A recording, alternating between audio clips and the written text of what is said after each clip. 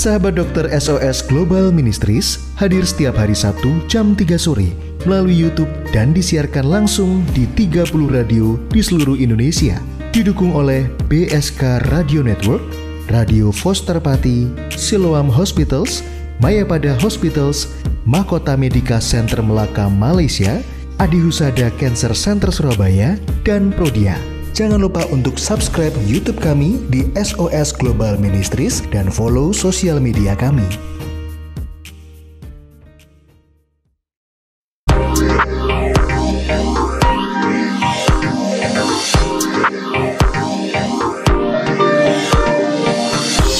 Saatnya Anda mendengarkan Sahabat Dokter yang dipersembahkan oleh SOS Global Ministry. Shalom, salam sejahtera untuk seluruh pendengar Foster, juga seluruh radio yang tergabung di SOS Global Ministries. Dimanapun Anda berada saat ini, senang sekali kita dapat berjumpa lagi dalam program kesayangan kita, yaitu Sahabat Dokter. Puji syukur kehadirat Tuhan Yang Maha Esa, hari ini kita masih diberi kesempatan ya berjumpa kembali. Dan besar harapan kami semuanya dalam keadaan sukacita, sehat jasmani juga rohani. Terlebih dulu Maria akan memperkenalkan diri ya. Saya Maria Ika dari host acara SOS Sahabat Dokter yang akan menemani Bapak Ibu hingga kurang lebih 50 menit ke depan. Dan hari ini kita akan membahas tentang kesehatan pencernaan pada lansia. Wow, keren sekali ini ya temanya. Pasti udah ditunggu-tunggu ya. Apa saja sih yang akan dibahas? Definisi lansia, kemudian apa yang perlu diperhatikan di dalam pencernaan pada lansia ini. Nah, kita sudah kedatangan tamu yang luar biasa nih, tamu istimewa di sore hari ini, yaitu ada Dr. Hildebrand Henoch Viwatuponggo, SPPD. Dan tanpa berlama-lama lagi ya, para pendengar juga pemirsa YouTube, kita akan dengarkan penjelasan dan pemaparan beliau yang berkompeten di sini. Saya persilakan, Shalom dokter, selamat sore. Selamat sore Ibu, selamat sore semuanya. Shalom. Ya, terima kasih ya dokter ya sudah meluangkan waktunya ya untuk hadir di tengah-tengah kita pada event kali ini. Terima kasih juga sudah diberi kesempatan ya Ibu. Ya, silakan dokter untuk menyampaikan materinya. Ya, oke. Jadi pada hari ini saya perkenalkan, nama saya Dr. Hildebrand Henoch Victor, spesialis penyakit dalam. Saya adalah konsultan geriatri atau konsultan khusus untuk usia lanjut yang saya berasal dari Jakarta dan saya biasanya bertugas di Rumah Sakit Mayapada Jakarta Selatan. Itu hari ini topiknya sangat penting ya, sangat penting untuk para ibu bapak sekalian gitu ya, adalah kesehatan pencernaan pada lansia gitu ya. Nah, sebagai pendahuluan sebenarnya kalau kita bicara tentang lansia, sebenarnya apa sih sebenarnya lansia itu ya? Jadi sebenarnya lansia secara definisi atau lanjut usia secara definisi adalah suatu proses menghilangnya secara perlahan-lahan kemampuan jaringan untuk memperbaiki diri dan mempertahankan struktur dan fungsi normalnya sehingga terus terang untuk usia lanjut itu tidak dapat bertahan terhadap jejas termasuk infeksi dan kemudian dia untuk memperbaiki kerusakan yang diderita itu sangat berkurang kemampuannya gitu. Dan memang secara umum di Indonesia dikatakan lansia itu adalah seseorang yang sudah mencapai usia di atas di 60 tahun gitu, 60 tahun atau lebih gitu. Jadi karena kita masih dianggap oleh WHO untuk Organisasi Kesehatan Dunia, Indonesia itu masih negara berkembang, jadi batasan usia lanjut di Indonesia masih memakai 60 tahun gitu. Dan dari dari peraturan-peraturan dan dari ada di Kemenkes gitu ya, dikatakan bahwa lansia dikelompokkan menjadi 3 gitu ya. Ada pralansia yang 50 sampai 64 tahun, lansia muda 65 sampai 80 tahun, dan lansia usia lanjut di atas 80 tahun. Itu lansia lanjut tuh gitu. Jadi jadi lansia ini merupakan sebuah siklus hidup manusia yang hampir pasti akan dialami oleh setiap orang, dan setiap makhluk gitu ya untuk proses penuaan dan dimasukkan ke dalam kelompok rentan gizi untuk lansia-lansia ini. Ya, meskipun tidak ada hubungannya dengan pertumbuhan badan. Namun sebaliknya sudah terjadi evolusi dan degenerasi jaringan sel-selnya dan regenerasi sel-selnya itu akan melambat gitu. Ya. Dan kemudian memasuki usia usia lanjut itu seseorang perlu semakin teliti untuk menjaga kesehatan, terutama tidak terkecuali kesehatan pencernaan ya. Terlebih dengan pertambahan usia, maka akan diikuti dengan fungsi sistem pencernaan yang semakin menurun. Gitu ya. Otot-otot pencernaan pun juga akan menjadi lebih kaku, gitu ya, lemah dan serta kurang efisien. Ya, jaringannya pun juga mudah rusak dan cenderung lambat untuk memproduksi sel baru. Yang tadi saya bilang untuk regenerasi sel baru pun juga akan berkurang gitu. Yang akan berkaitan dengan menurunnya integritas fisiologis sel-sel dan jaringan yang terdapat di dalam tubuh yang akan berakibat menurunnya fungsi-fungsi dari organ-organ di dalam tubuh. Terutama untuk saat ini topiknya adalah kesehatan pencernaan. Jadi fungsi-fungsi organ pencernaan dalam tubuh manusia yang berusia lanjut itu juga sudah mulai menurun Ya. ya, baik secara struktur maupun secara fungsi gitu. Ya, kemudian faktor-faktor eksternal yang mempengaruhi ada banyak sekali sih kalau kita bilang untuk usia menua itu banyak sekali faktor-faktor eksternal yang mempengaruhi. Misalnya ya, asupan makan pasti akan berhubungan dengan proses penuaan. Gitu ya. Kalau asupan makannya berkurang, regenerasi selnya juga akan berkurang.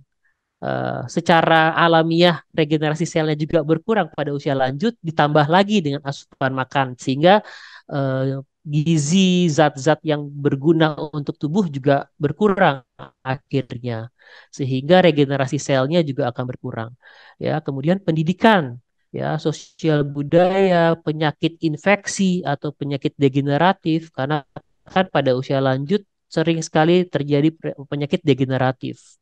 Itu juga akan mempengaruhi proses penuaannya akan semakin cepat tuh. Gitu. Ya, kemudian higien sanitasi lingkungan, ekonomi, ya, dan dukungan keluarga.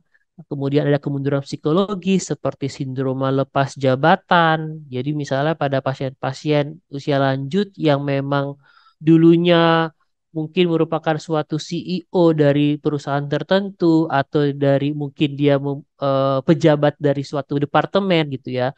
Ya. Kemudian akan memasuki masa pensiun tuh sehingga sindrom lepas jabatan namanya.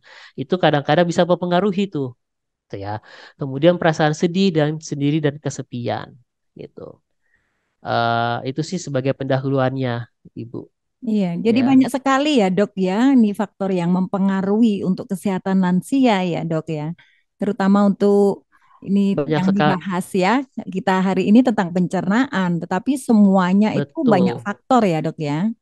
Betul, banyak-banyak faktor sekali. Jadi tidak ada selain dari dirinya sendiri, selain dari dalam tubuh, juga Mm-mm. dari luar tubuh ternyata yang akan mempengaruhi proses penuaan Ya, dan di pada saat ini adalah terutama di pencernaan, sistem pencernaan usia lanjut gitu. iya, seperti tadi dokter katakan ada faktor lingkungan juga termasuk ya dok ya, karena ketika menginjak usia sudah masuk yang dikatakan tadi kategori pralansia saja, apabila lingkungan atau family juga tidak mendukung juga mempengaruhi ya dok ya.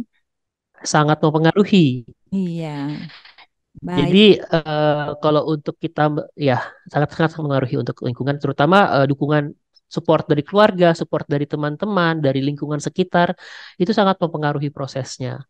Apabila tidak didukung proses itu tidak apa namanya lingkungannya kurang mendukung, tidak ada support dari keluarga, itu secara penelitian itu bisa mempengaruhi proses penuaan akan menjadi semakin cepat jadinya Oh ya, gitu. Iya, dipercepat dengan kondisi-kondisi tersebut gitu.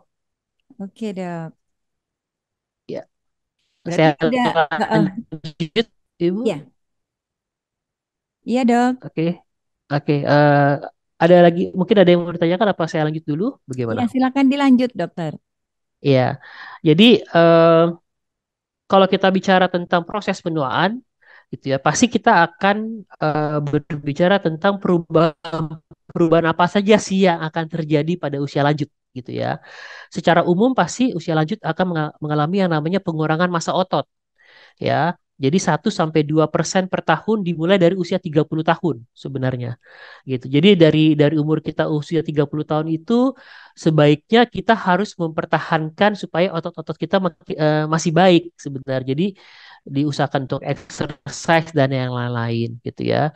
Sebaliknya ya karena semakin turun massa ototnya tapi sebaliknya massa lemaknya akan bertambah gitu atau jaringan lemaknya makin bertambah gitu. Jadi terbalik. Harusnya kan otot lebih banyak daripada lemak. Ini lemak lebih banyak daripada otot. Ya, jadi sekitar dia akan bertambah sebesar sekitar 0,5% sampai 1,5% per tahun sejak usia 30 tahun. Makanya harus dipupuk nih dari sekarang nih. Dari untuk usia-usia yang masih umur 20, masih umur 30, 40 tahun. Harus dipupuk nih supaya massa ototnya tidak berkurang. Jadi massa ototnya tidak berbanding terbalik dengan massa lemaknya gitu. Dengan cara ya perbanyak olahraga, exercise, aktivitas ya. Kemudian ada gangguan indera perasa yang pasti pada usia lanjut itu. Gangguan indera perasa biasanya indera perasa itu yang paling sering hilang adalah rasa manis dan rasa asin. Yang tinggal hanya ada rasa pahit dan asam. Bayangkan kalau setiap kali kita makan yang bisa kita rasa harusnya makan rendang, rasanya enak, gurih dan enak gitu. Ini cuma ada rasa pahit sama rasa asam aja gitu yang kita evaluasi. Yang bisa kita lihat gitu ya, yang bisa kita rasa gitu. Itu pasti akan mempengaruhi sekali gitu ya. Kemudian proses penciuman pun juga akan berkurang ya, sehingga harusnya dia bisa apa namanya mencium soto Betawi dengan enak gitu ya, dengan khas banget. Ini udah mulai berkurang tuh sehingga appetite-nya atau rasa ingin makannya atau rasa laparnya pun juga akan berkurang sehingga asupan makannya akan menjadi berkurang gitu. Ya, proses pendengaran juga akan berkurang jelas gitu ya. Penglihatan juga akan berkurang kalau misalnya kita eh, bayangkan saja kalau pada usia lanjut penglihatannya berkurang gitu. Gimana dia mau lihat tuh apa namanya? Plating makanan-makanan itu gitu. Misalnya ada nasi, ada rendang, ada sayur, itu kan bagus tuh misalnya warna-warnanya. Tapi ini nggak bisa lihat makanannya. Nah, itu juga akan berhubungan dengan proses asupan makanan sehingga kesehatan pencernaan pun akan menjadi lebih berkurang gitu. Ya. Kemudian tadi proses penglihatan mungkin berhubungan dengan katarak ya. Kemudian ada juga proses perubahannya adalah gigi geligi ya. Gigi-gigi kan biasanya pada usia lanjut sudah mulai tanggal ya, udah mulai nggak lengkap. Sehingga kalau mengunyah itu pasti akan apa namanya? Akan mengganggu gitu, akan terganggu tuh proses Ya. pengunyahannya ya. Kemudian akhirnya kalau dia males nggak mau makan, akhirnya asupan makanan akan berkurang ya sehingga bisa terjadi penurunan berat badan sehingga terjadi gizi kurang akhirnya gitu. Kemudian cairan yang berikutnya adalah cairan saluran pencernaan dan enzim-enzim pencernaan pun juga akan berkurang. Ya, nafsu makan dan kemampuan penyerapan zat-zat gizi, terutama lemak dan kalsium akan berkurang. Ya, air liur, menurunnya sekresi air ludah pun juga akan mengurangi mengunyah dan menelan makanan. Jadi harusnya kalau kita makan itu pasti kelenjar air ludah akan menghasilkan air ludah sehingga makannya lebih gampang dicerna dan lebih gampang untuk ditelan gitu. Nah, pada usia lanjut itu yang sudah berkurang. Jadi air ludahnya sudah berkurang sehingga kadang-kadang pasien usia lanjut karena makanannya masih kering di dalam mulut agak susah tuh untuk ditelan sehingga kadang-kadang bisa terjadi tersedak. Nah, itu juga harus hati-hati ya. Kemudian asam lambung juga akan apa namanya berkurang sehingga dia rasa laparnya akan berkurang tuh gitu. Sehingga asupan makanan juga akan berkurang ya. Kemudian ada juga di lambung faktor-faktor yang berpengaruh terhadap penyerapan vitamin-vitamin, terutama kalau di lambung itu akan diserap adalah vitamin B12 juga akan berkurang. Sehingga apa? Sehingga kalau misalnya kita tidak bisa menyerap vitamin B12 di lambung dengan baik, yang akan terjadi adalah anemia, kurang darah. Karena vitamin B12 berpengaruh terhadap darah Ya. gitu, pematangan sel darah merah gitu. Ya. Kemudian terjadi juga perubahan-perubahan yang lain, penurunan mobilitas usus, ya, sehingga menyebabkan gangguan pada saluran pencernaan, sehingga misalnya perutnya akan merasa lebih rasa kembung karena proses dari pengosongan di kerongkongan, pengosongan makanan di kerongkongan dan pengosongan makanan di lambung akan berkurang, akan melambat dia, Ya, sehingga tertahan banyak situ, sehingga makan sedikit udah penuh rasa perutnya, betul ya. gitu. Ya, kemudian juga ada nyeri perut karena apa? Karena mobilitas usus terutama usus besar dan usus halus berkurang sehingga kotorannya banyak apa namanya banyak tersimpan di dalam usus halus dan usus besarnya sehingga sering terjadi yang namanya sembelit atau konstipasi gitu ya. Dan kemudian ya, itu juga bisa menurunkan nafsu makan dan juga karena susah untuk buang air besar ya atau sembelit, akhirnya lama-lama pasiennya mengedan terus nih untuk buang air besar, lama-lama keluar malah jadi ambeien atau hemoroid. Hmm.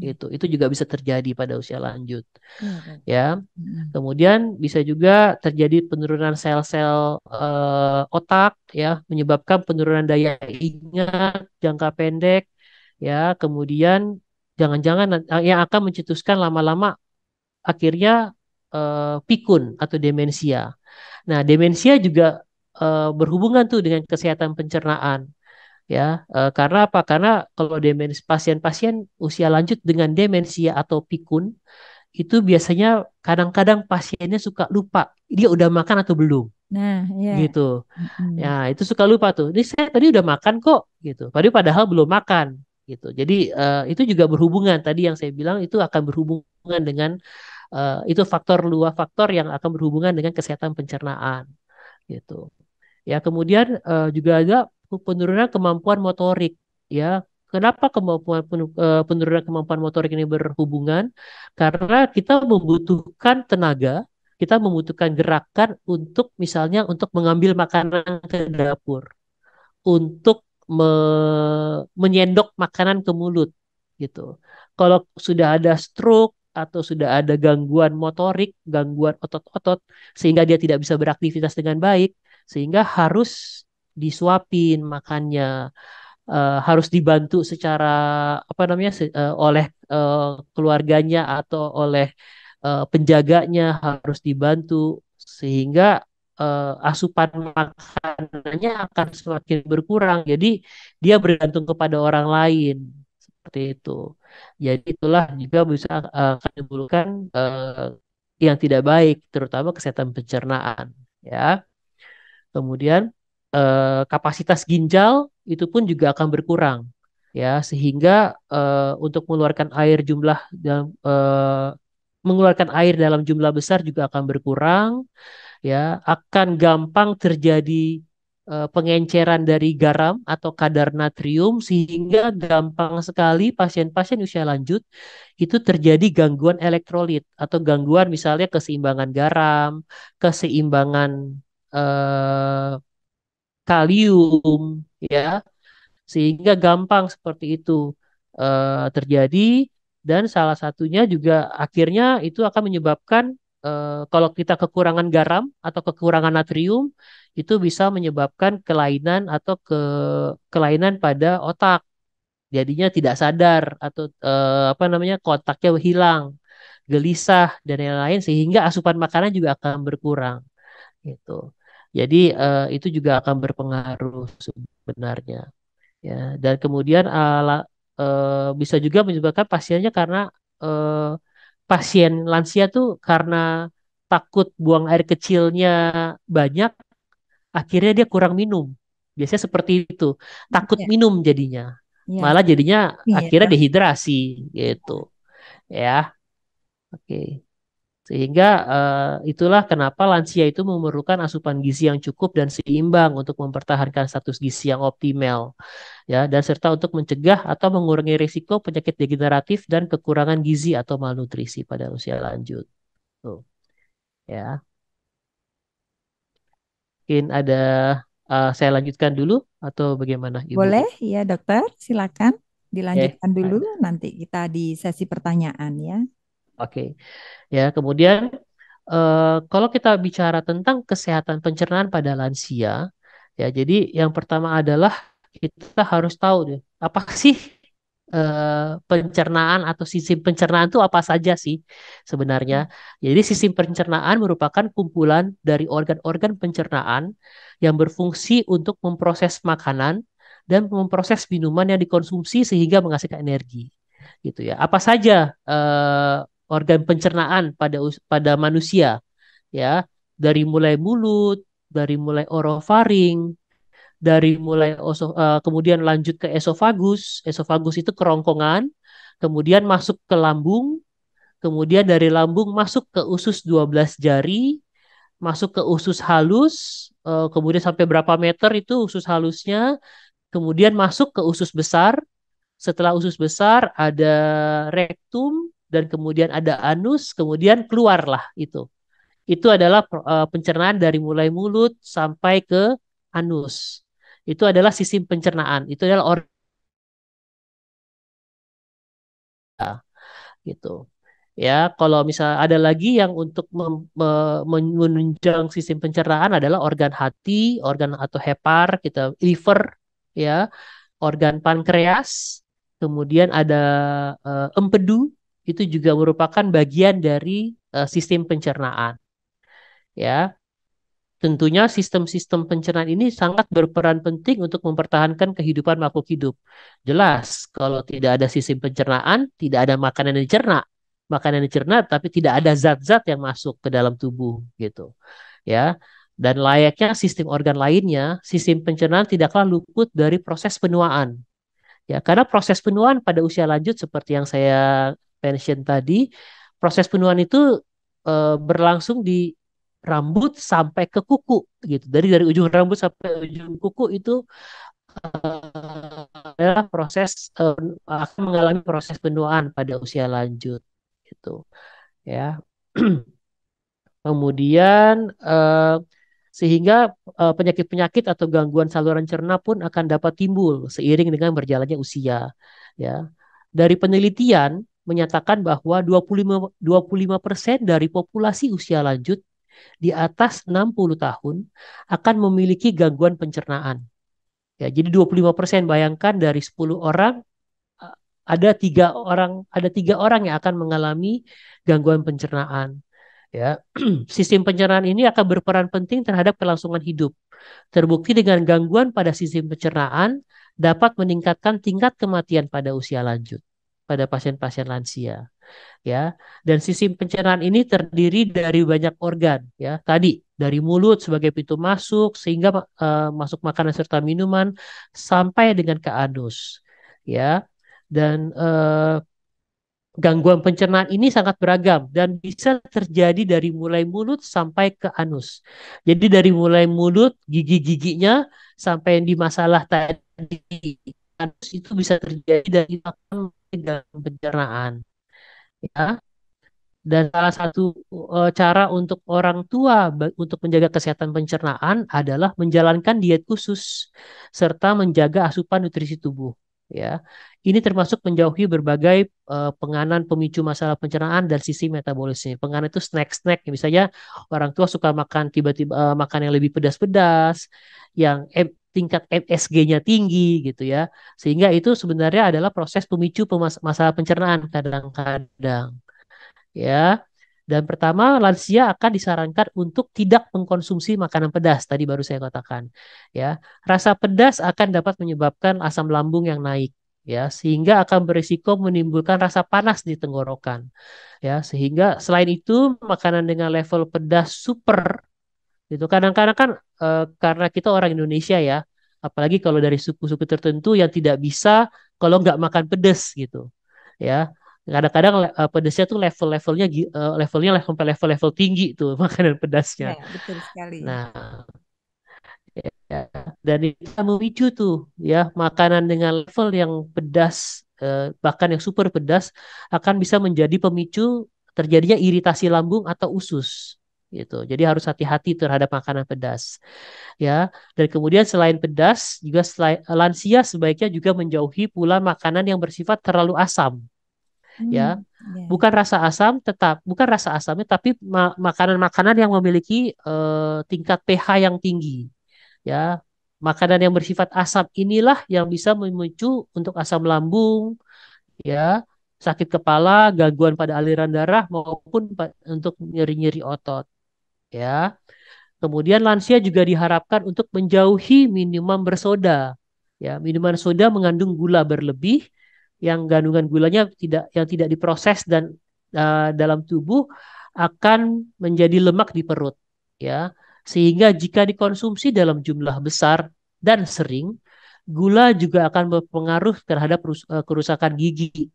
Jadi kalau kita makan banyak gula pasti akan mempengaruhi kerusakan gigi Betul. ya. Setelah mengkonsumsi makanan dan minuman yang tinggi gula, lansia juga akan disarankan untuk selalu sering untuk menyikat gigi, at least dua kali sehari ya, terutama pada malam hari karena malam hari setelah makan itu gigi kan sisa-sisa makanan atau bekas-bekas makanan akan tinggal di gigi, itu yang akan memicu terjadinya infeksi sebenarnya gitu ya. Karang gigi dan karies atau gigi berlubang itu biasanya karena memang jarang sekali untuk menyikat gigi gitu ya, itu bisa disebutkan seperti itu ya.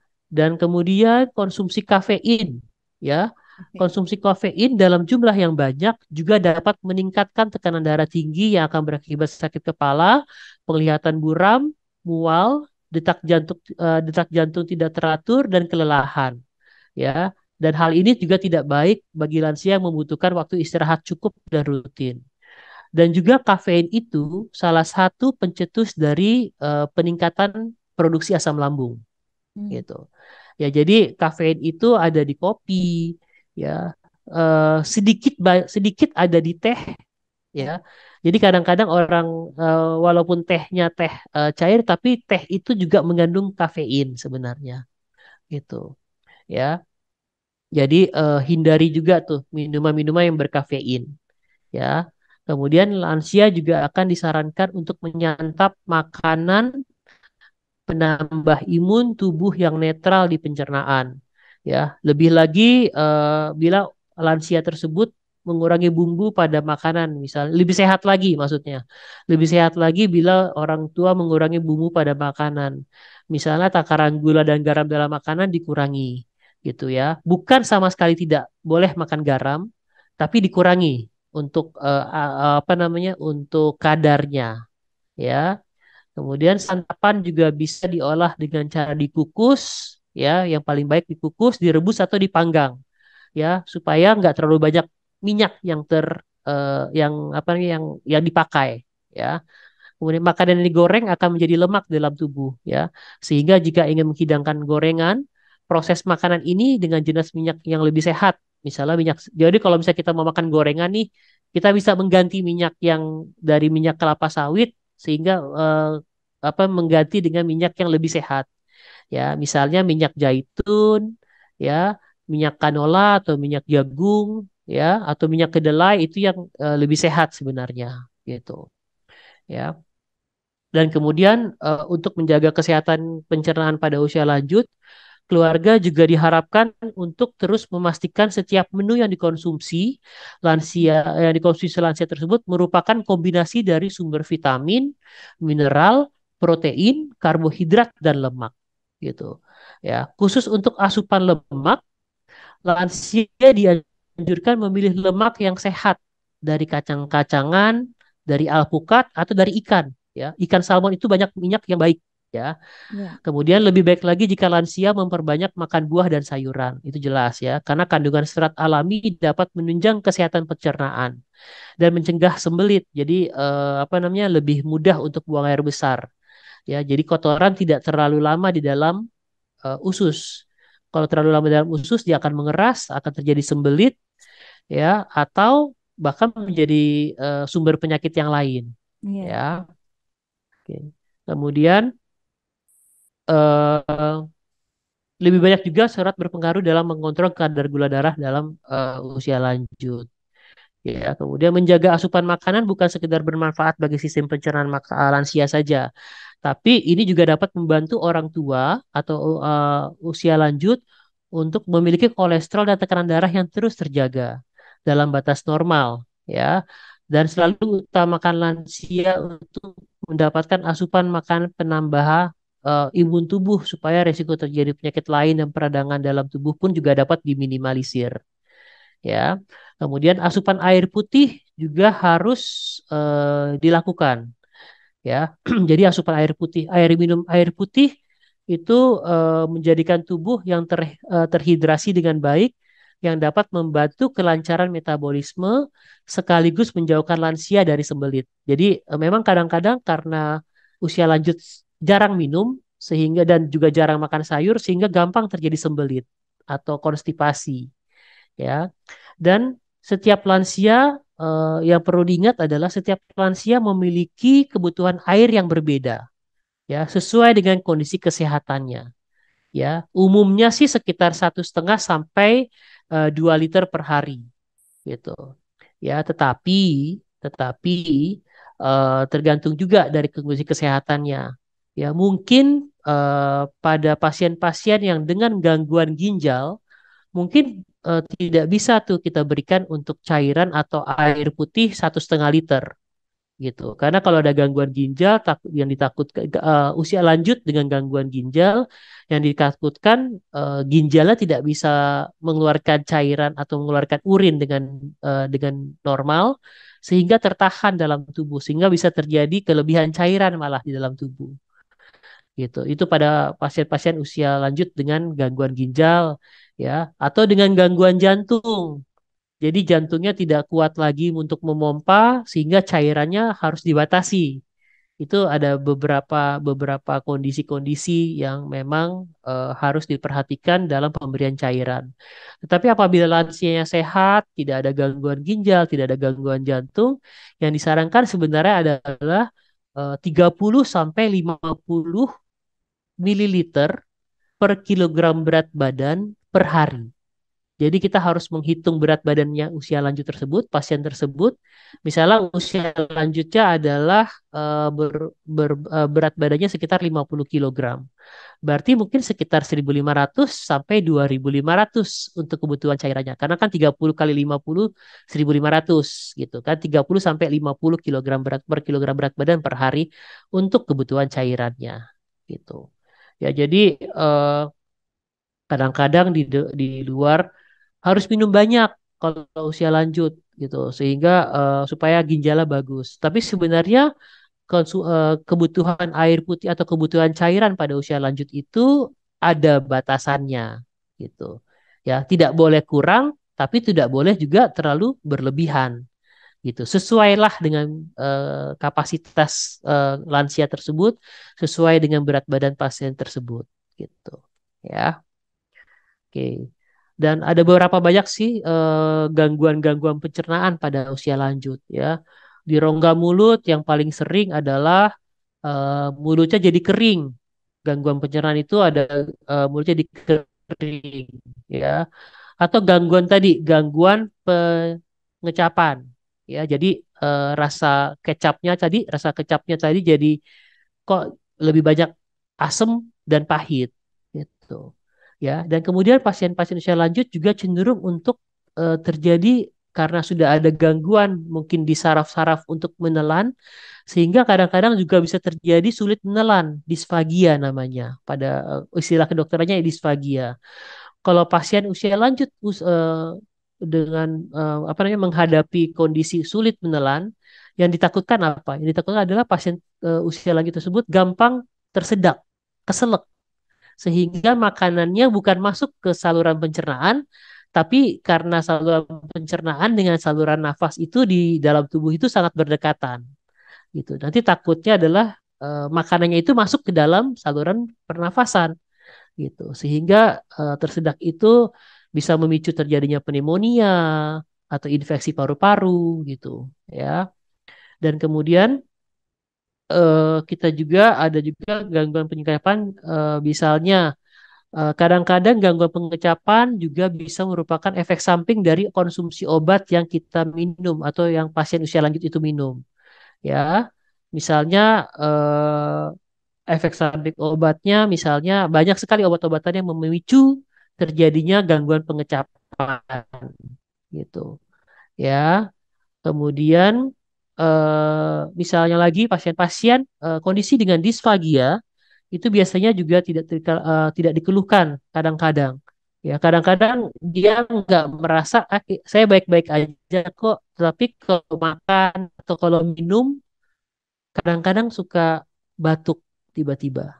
Nah, itu harus hati-hati. Jangan-jangan sudah ada gangguan menelan gitu. Ya, jadi karena dia kalau makan kalau minum batuk, lama-lama dia nggak mau makan. Akhirnya terjadilah asupan makanan berkurang, terjadilah gizi yang kurang gitu. Ya, kemudian kita masuk ke esofagus atau ke kerongkongan, ya, merupakan organ yang menghubungkan mulut dengan lambung. Ya, esofagus akan bergerak secara peristaltik ya untuk memindahkan makanan dari mulut masuk ke lambung setelah kita menelan. Ya, yang paling sering gangguan esofagus adalah gangguan kerongkongan adalah yang paling sering yang kita yang kita dengar biasanya paling sering kita pernah dengar tentang masalah GERD ya atau gastroesophageal reflux disease atau Ya. sakit mah GERD itu gitu. Nah, itu memang gangguannya itu terjadi pada kerongkongan Hmm. ya. Jadi kalau GERD ini merupakan penyakit yang disebabkan oleh karena arus balik makanan dari lambung yang naik lagi ke esofagus gitu.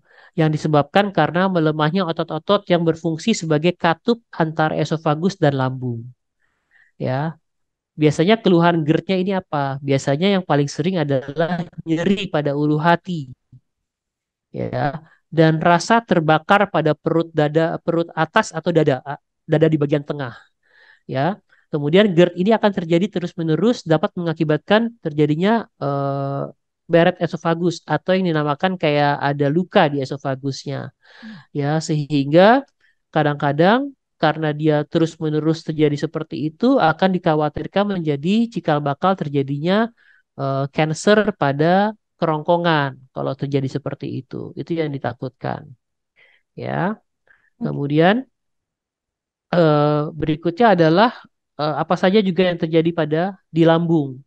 Ya, jadi proses penuaan memiliki dampak juga pada organ lambung. Ya, seperti perubahan mikrobiota di lambung, berkurangnya lapisan pelindung di lambung, ya, menurunnya aliran darah lambung, dan menurunnya kemampuan regenerasi lambung. Ya, sehingga kejadian tersebut akan mengakibatkan lambung pada lansia akan lebih rentan terhadap terjadinya penyakit. Ya, terjadinya perubahan mikrobiota di dalam lambung akan menyebabkan lambung lebih rentan terhadap infeksi, terutama infeksi yang dinamakan adalah infeksi bakteri Helicobacter pylori. Ya, infeksi ini akan menimbulkan luka pada lambung sampai akhirnya bisa juga terjadi keganasan atau cancer pada lambung. Ya, kemudian pada lansia juga akan terjadi lapisan lendir yang berfungsi sebagai pelindung lambung. Ya, yang cairan lapisan lendir ini gitu ya, yang berfungsi sebagai pelindung lambung ini akan cenderung menurun. Ya, karena berkurangnya jumlah kelenjar yang akan memproduksi sekret yang bersifat protektif atau bersifat melindungi terhadap lapisan di lambung. Ya, hal ini akan menyebabkan asam lambung akan mudah mengiritasi lapisan lambung sehingga rentan terjadinya luka jika terus-menerus terjadi. Gitu. Jadi karena dia sudah ada proteksinya jadi kurang, asam lambungnya jadi lebih mudah untuk menginvasi lapisan lambung sehingga gampang terjadi luka kalau terus-menerus ya. Kemudian proses penuaan juga akan berdampak terjadi penurunnya aliran darah ke lambung sehingga akan menyebabkan em, apa namanya aliran darahnya juga sistem peredaran darahnya akan berkurang gitu. penurunan aliran darah lambung ini akan mengganggu regenerasi lambung, sehingga akan menyebabkan sel yang di lambung akan semakin sedikit jumlah dan fungsinya. Ya, jadi banyak sekali juga proses-prosesnya. Kemudian usus halus, apa saja yang terjadi pada usus halus pada usia lanjut? Ya, dibandingkan dengan organ pencernaan yang lain, proses penuaan tidak terlalu berdampak sebenarnya pada usia usus halus. Tapi biasanya gangguan usus halus ini biasanya akan disebabkan karena komplikasi pada organ yang lain, gitu. Ya, misalnya ada gangguan pada sistem peredaran darah, ya, yang akan eh, seperti pada proses untuk penyempitan atau pengerasan pembuluh darah akibat timbunan plak yang akan seiring dengan proses penuaan akan mengakibatkan proses penurunan aliran darah ke usus yang bisa menyebabkan matinya sel-sel yang tidak ternutrisi oleh aliran darah sehingga fungsi ususnya akan menurun gitu. Ya, jadi di usus halus itu sebenarnya lebih banyak akibat dari komplikasi dari penyakit-penyakit di luar sistem organ usus halusnya tersebut gitu. Iya. Ya. Sedangkan kalau pada usus besar, proses penuaan akan menimbulkan berkurangnya neurotransmitter atau pembawa sinyal saraf yang dibutuhkan untuk kontraksi dan relaksasi pada otot usus. Dan hal ini akan mengakibatkan waktu transit zat sisa akan lebih lama di dalam usus besar sehingga yang dapat menyebabkan timbulnya bakteri secara berlebih dan kemudian terjadi proses pembusukan yang lebih lama di dalam tubuh dan nantinya akan dapat menimbulkan rasa yang tidak nyaman di perut seperti kembung dan begah ya. Kemudian terjadi juga perubahan mikrobiota dalam usus besar juga akan terjadi selama proses penuaan, selama terjadi penuaan, di mana pergeseran keseimbangan mikrobiota ini akan menyebabkan usus besar mudah mengalami peradangan dan rentan infeksi. Ya, selain itu lansia juga akan sering mengeluh konstipasi atau sembelit yang makin diperberat karena menurunnya mobilitas, konsumsi obat, maupun tinja yang keras dan kering pada usus besar karena tubuh yang cenderung kurang air. Jadi konstipasi ini bukan hanya akibat dari proses penuaan pada usia lanjut, gitu ya, karena tadi gerakan usus besarnya menjadi lebih lambat, tapi juga karena mungkin obat-obatan misalnya obat-obatan yang bisa mempengaruhi kerja di usus besarnya tersebut ya atau misalnya pada pasien-pasien yang usia lanjut yang mengalami tidak gerakan atau imobilisasi. Jadi pasiennya hanya berbaring saja di tempat tidur, tidak bisa melakukan aktivitas, misalnya tidak bisa jalan, tidak bisa melakukan misalnya ke toilet sendiri. Jadi dia hanya tidur di tempat tidur saja, itu akan berat sebenarnya. Karena dengan tidur saja, dengan bedridden atau dengan imobilisasi, akan mempengaruhi kerja usus dari usus besar terutama. Sehingga makin makin mudahlah pasien tersebut terjadi konstipasi atau sembelit. Tuh, ya. Kemudian pada lansia juga tidak jarang mengeluh diare, ya, karena memang gampang terjadi infeksi. Ya, proses peradangan dan proses iritasi pada usus dan juga gangguan proses penyerapan. Jadi diare itu bisa terjadi karena infeksi, proses peradangan, proses iritasi dan atau mungkin gangguan proses penyerapan pada usus ya. Pada proses penuaan juga akan terjadi penurunan integritas struktur usus besar yang apabila terjadi tekanan yang cukup tinggi akan mengakibatkan menonjolnya bagian dari usus sebagai kantong yang akan disebut sebagai divertikel. Ya, bila kantong tersebut pecah, maka akan terjadi kebosoran isi usus. Ya, bisa terjadi perdarahan dan kemudian terjadinya keluar bakteri dari usus besar ke seluruh tubuh. Ya, jadi gangguan usus besar lainnya juga dapat dialami oleh lansia adalah perdarahan saluran cerna akibat dari adanya kelainan pembuluh darah misalnya. Ya, kondisi ini juga dianggap sebagai hasil perubahan degeneratif yang terkait dengan proses penuaan dan kerusakan dinding pembuluh darah di sekitar usus.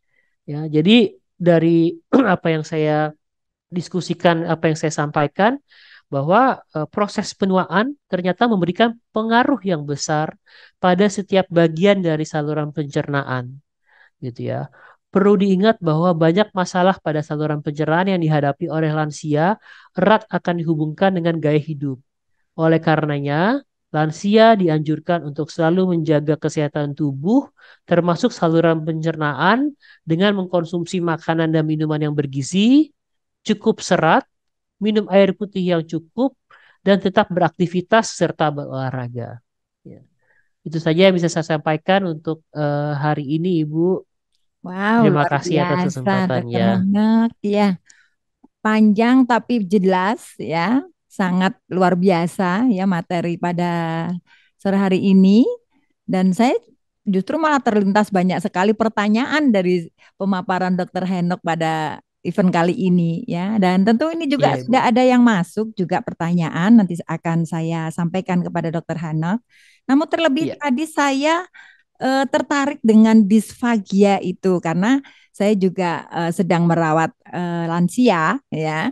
Dan beliau iya, ini tidak suka dengan air putih, Dok. Ketika meminum air, dia pasti tersedak. Tapi kalau iya, teh atau yang manis-manis justru biasa, nggak apa-apa. Sedangkan tubuh katanya kan tetap butuh air ya, Dok ya. Nah, menurut dokter iya. gimana tuh? Solusinya gimana nih? Jadi betul Ibu, biasanya kadang-kadang orang tua itu dia lebih memilih untuk minuman yang berwarna Mm-mm, dibandingkan dengan minum air putih. betul. Karena memang mungkin ada rasanya. Kalau air putih kan lebih tawar, ya sangat tawar sehingga tadi mungkin waktu pada saat minum air liurnya tidak bisa berkeluar dengan baik sehingga dia tidak bisa eh, lebih kering dan lebih gampang merasa menjadi lebih nggak enak gitu. Kadang-kadang seperti itu Yang pahit gitu. tadi Dan ya dok ya, yang iya rasanya jadi betul, pahit tadi ya. Mm-mm. iya. Dan kemudian biasanya pada pasien-pasien usia lanjut eh, paling sering terjadi adalah gangguan menelannya yang lebih cair misalnya. Hmm. Jadi kalau ada beberapa pasien-pasien saya juga yang dia kalau minum cairan, minum air putih, teh ya, dia lebih gampang terjadi disfagia gitu dibandingkan dengan misalnya dia makan bubur atau minum atau makan yang lebih padat ya konsumsi makanan yang lebih padat itu dia dia malah lebih mudah. Tapi kalau air dia gampang tersedak.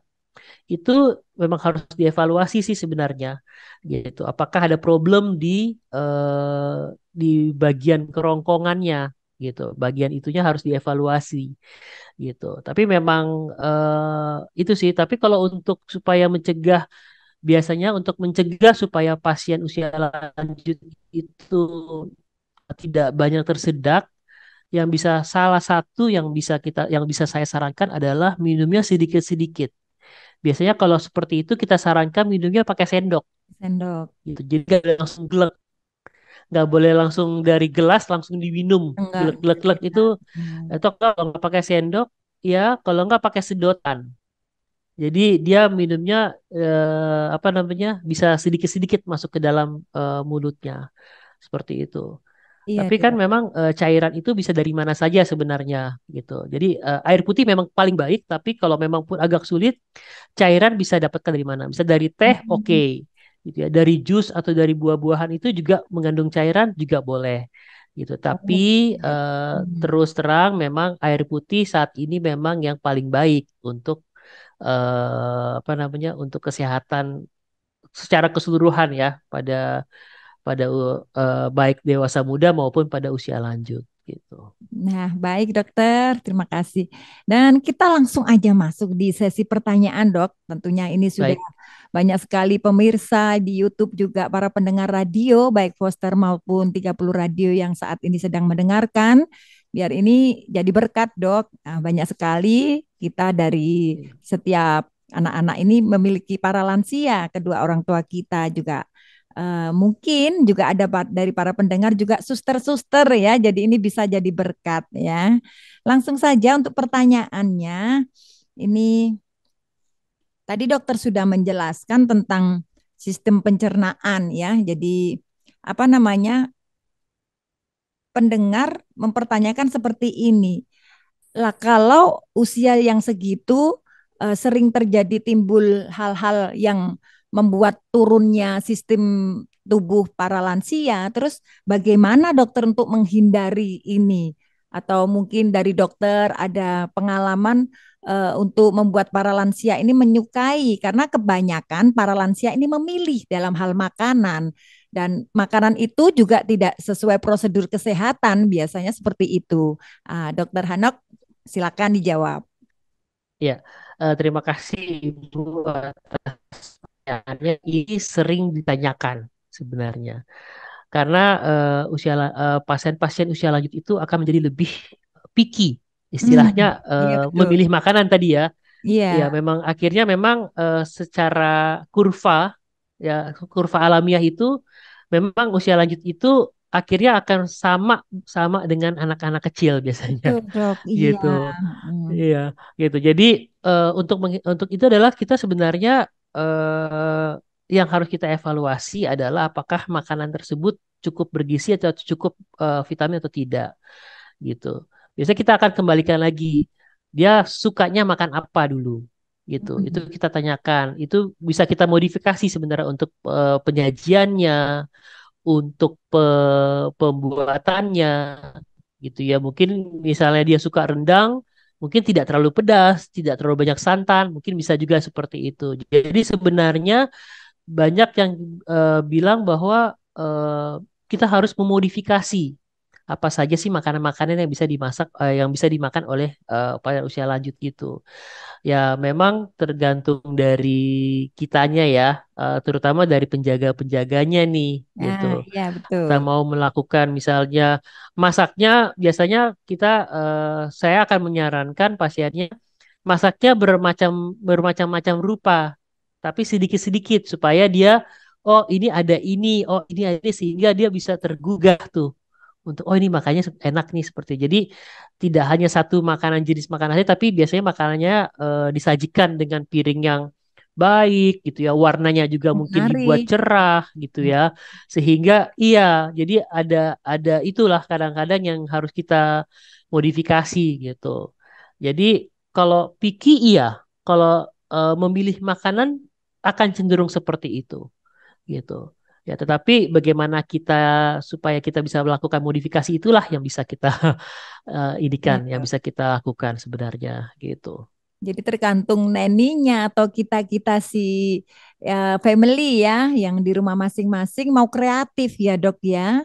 Wah, Iya, betul. ini oma opa ini bisa tertarik dengan makanan yang kita sediakan. Betul.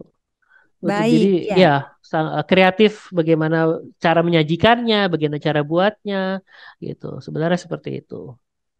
Dan ini juga sudah termasuk jawaban pertanyaan dari yang kedua ini dari pendengar. Beliau Mm-mm. menanyakan gimana dok untuk solusi ibu saya ini sulit sekali makan agar bisa tertarik dengan makanan. Tadi termasuk sudah jawaban ya dok ya. Jadi untuk Iya, ibu salah satu ya. jawabannya, salah satu gitu. Tapi memang pada pasien usia lanjut memang kondisi susah makan itu Mm-mm. memang sangat sering terjadi. Itu harus kita evaluasi sebenarnya. Apakah memang ada gangguan misalnya atau memang ada hal-hal yang lain. Oh ya. Jangan-jangan iya, jangan-jangan gangguan makan misalnya di asupan makannya eh, kita harus evaluasi apakah benar secara fisik atau secara struktur dan fungsi memang ada problem atau dari luar. Misalnya jangan-jangan pasiennya mengalami depresi gitu. Hmm. Pasien usia lanjut itu kadang-kadang depresi eh, sangat terselubung gitu. Tidak gampang terdeteksi pada pasien-pasien usia lanjut menjadi depresi gitu. Jadi kalau depresi pada usia lanjut itu harus hati-hati ya, nggak mau makan, nggak mau mandi, malas ngapa-ngapain. Jangan-jangan memang bukan karena dia nggak itu, karena mungkin dia depresi sehingga dia nggak mau makan. Jadi Iya. harus kita evaluasi gitu. Jadi harus kita evaluasi secara keseluruhan sebenarnya kalau pada pasien-pasien usia lanjut dengan gangguan makan gitu. Berarti ini tertujunya jadi sekarang bukan hanya pencernaan ya dok ya, karena memang Betul. evaluasinya ada psikolog gitu kan, ada macam-macam Iya. ini ya. Hmm. Jadi kalau ada gangguan makan pada usia lanjut, dari pertama kita harus evaluasi dulu nih, mana nih kira-kira faktor-faktornya yang bikin dia nggak mau makan. memang kalau ada faktor misalnya di gigi-giginya kita lihat gitu Iya, ya. Mungkin jangan-jangan dia ada gangguan menelan sehingga dia malas makan, kalau makan keselak terus. iya, Atau rasanya dia jangan-jangan kalau tiap makan kok baru makan 1 sendok udah penuh. Itu iya. akan ada masalah juga gitu. Atau tadi misalnya di lambungnya kok rasanya kok kayaknya nggak enak karena kan tadi perlambatan dari pengosongan lambung dan esofagus. Sehingga yang bisa kita modifikasi kalau seperti itu misalnya makannya dalam porsi sedikit-sedikit tapi sering gitu. Porsinya sedikit tapi frekuensinya yang diseringkan. Atau misalnya ada gangguan yang lain. Misalnya tadi saya bilang jangan-jangan dia udah nggak mau makan gara-gara perutnya penuh gara-gara udah nggak buang air besar tuh. Udah tiga Nah, hari empat ya, hari kan penuh tuh rasanya gitu. Jadi iya. harus kita evaluasi. Selain juga tadi faktor-faktor yang lain. Kadang-kadang pasien usia lanjut sering sekali mengalami bukan mengalami sih, sering sekali kalau orang-orang sekarang bilang caper atau cari perhatian. Nah, itu Jangan-jangan dia ya. tuh itu itu dia cari perhatian atau tadi jangan-jangan dia ada gejala ke arah depresi. Gitu. Jadi harus kita evaluasi sebenarnya gitu. Nah, untuk Secara tindakannya keseluruhan ya. bagaimana, Dok? Kalau semisal kok ini si Neni, si anaknya juga semua keluarga sudah cari semuanya evaluasi, ternyata Mm. belum ada yang ditemukan, kita harus bawa kemana atau bagaimana, Dok, yang seperti ini?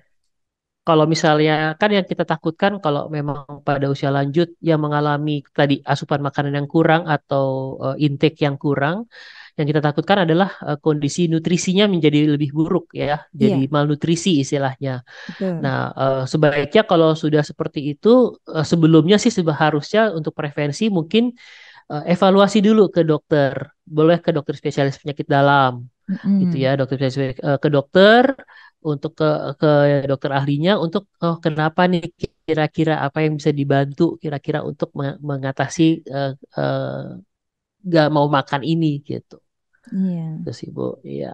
Iya. Baik, Dok. Terima kasih untuk jawaban pertanyaannya dan untuk Ibu yang mengirimkan pertanyaan, terima kasih sekali. Mungkin juga dari para pendengar ada pertanyaan yang sama, jadi ini bisa menjawab ya, Bapak Ibu.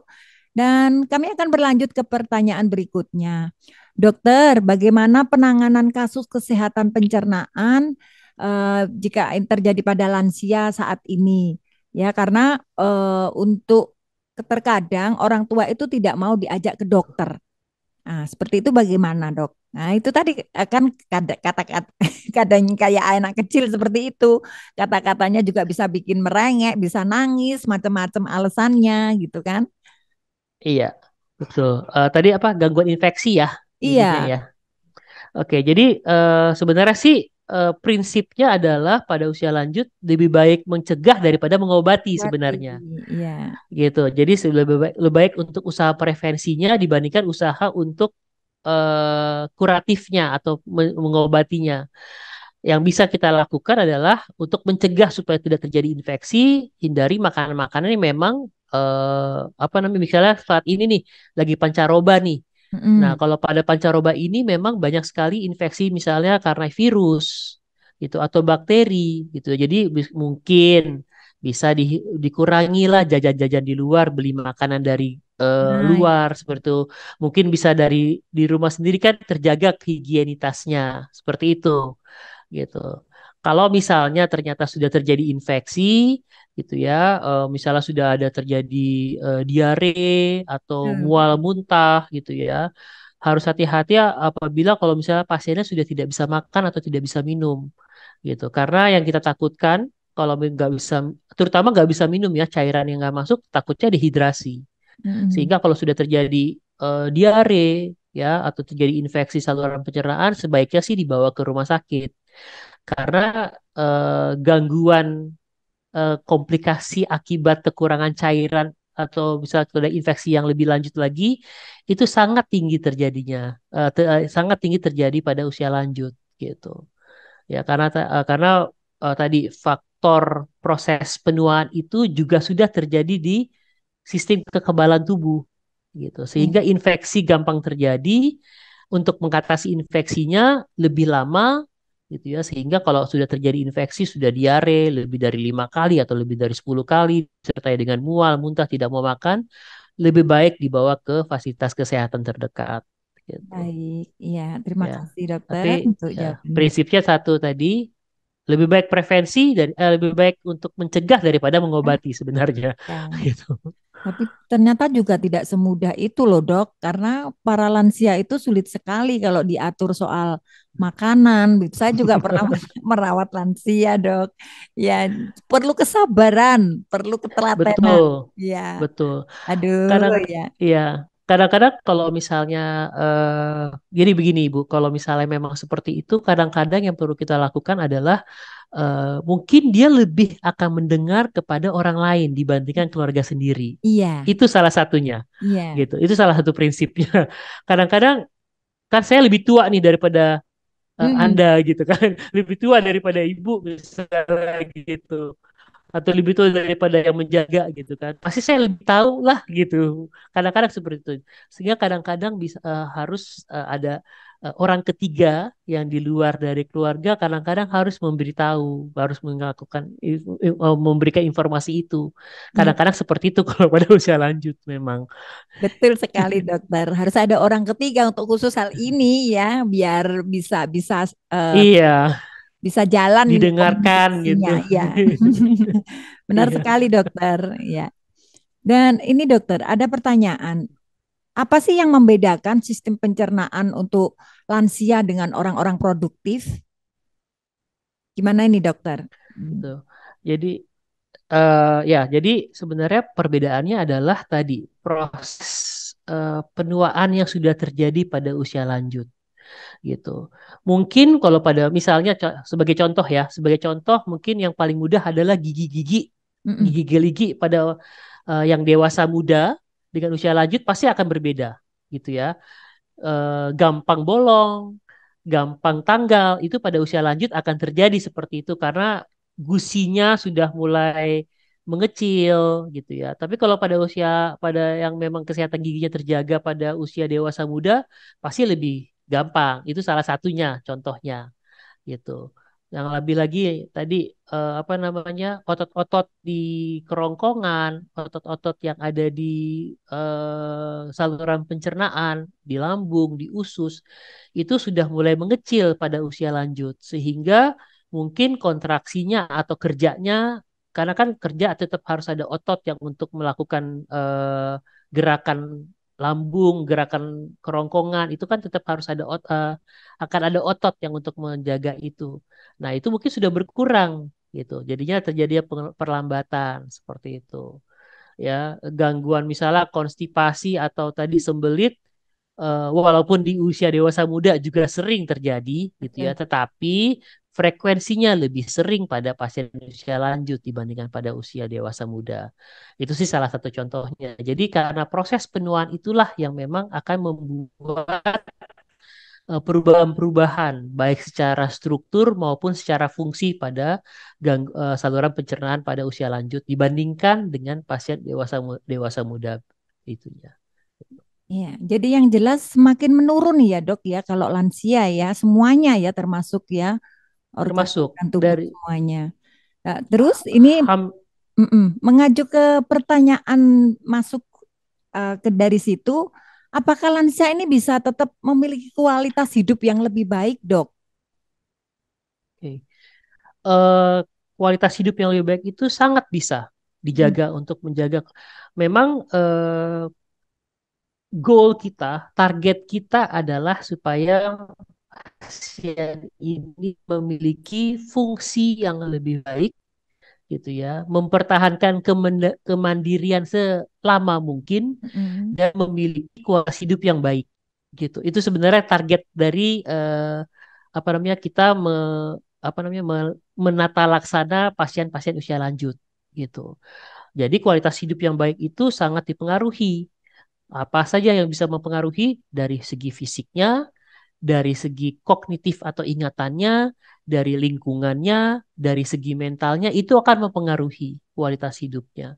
Sehingga harus kita jaga tuh yang mempengaruhi itu supaya supaya baik terus gitu.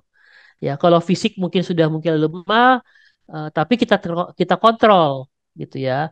Kognitifnya misalnya sudah mulai lupa-lupa gitu, bisa kita tingkatkan kemampuan kognitifnya gitu ya. Walaupun tidak bisa direm sama sekali, kalau demensia kan memang tidak bisa istilahnya kalau demensia itu tidak bisa disembuhkan gitu karena dia akan berjalan. Tapi paling enggak demensia itu tidak menurun secara cepat gitu pada usia lanjut. Baik. Itu jadi cara mempertahankan kualitas hidup pada usia lanjut itu nggak cuma dari fisik saja, tapi dari secara keseluruhan. Iya, Gitu. baik dokter. Sebenarnya ini masih perlu banyak waktu gitu ya untuk membahas ini, sangat menarik sekali ya dok ya.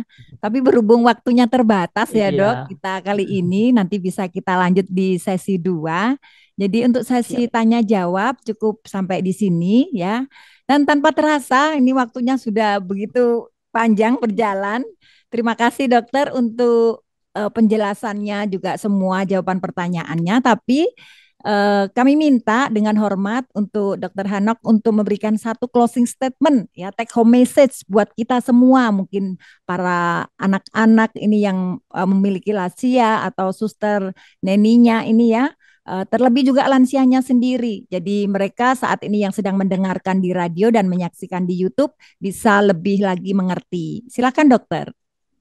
Ya, jadi closing statement saya memang tadi proses penuaan itu ternyata ya. Jadi kalau kita masuk ke usia lanjut kita tidak bisa terhindar dari proses penuaan gitu. Proses penuaan itu akan memberikan pengaruh setiap bagian dari saluran pencernaan kita. Dari ujung rambut pun nggak cuma dari saluran pencernaan tapi juga dari sistem pernafasan, sistem otak, sistem otot-otot dan tulang-tulang itu akan mempengaruhi gitu ya. Perlu diingat bahwa banyak sekali masalah-masalah yang akan terjadi terutama pada kesehatan pencernaan pada pasien usia lanjut gitu. Karenanya maka kita harus jaga kesehatan kita dengan pertama adalah yang paling penting adalah untuk pencernaan pada usia lanjut adalah satu, minum air yang cukup ya, tidak kurang, tidak berlebihan ya. Kemudian makan makanan yang bervariasi ya, bergizi, bervariasi ya. Kemudian penuhi kebutuhan serat dengan baik ya, bisa dengan sayur-sayuran, perbanyak buah-buahan, ya yogurt itu juga bisa mempengaruhi ya, bisa memperbaiki kesehatan pencernaan ya. Dan yang satu lagi, keep active, keep moving gitu. Tetap aktif, tetap beraktivitas, tetap berolahraga gitu, walaupun dengan kapasitasnya masing-masing gitu. Jadi nggak mungkin juga saya akan menyuruh pasien dengan bedridden aktivitas, tapi aktivitas tetap akan dilakukan.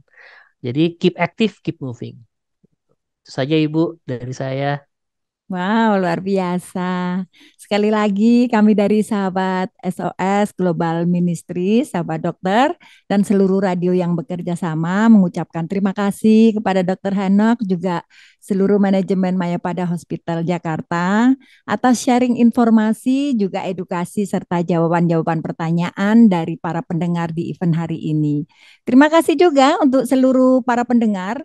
Dan kita akan berjumpa lagi di Sabtu depan dengan tema dan bahasan yang juga lebih menarik lagi. Dan kita akan nanti kembali lagi di Sabtu depan. Kami selaku host juga memohon maaf bila ada penyebutan ya atau kesalahan. Dan terima kasih semuanya. Tuhan Yesus memberkati. God bless all. Thank you, Dok.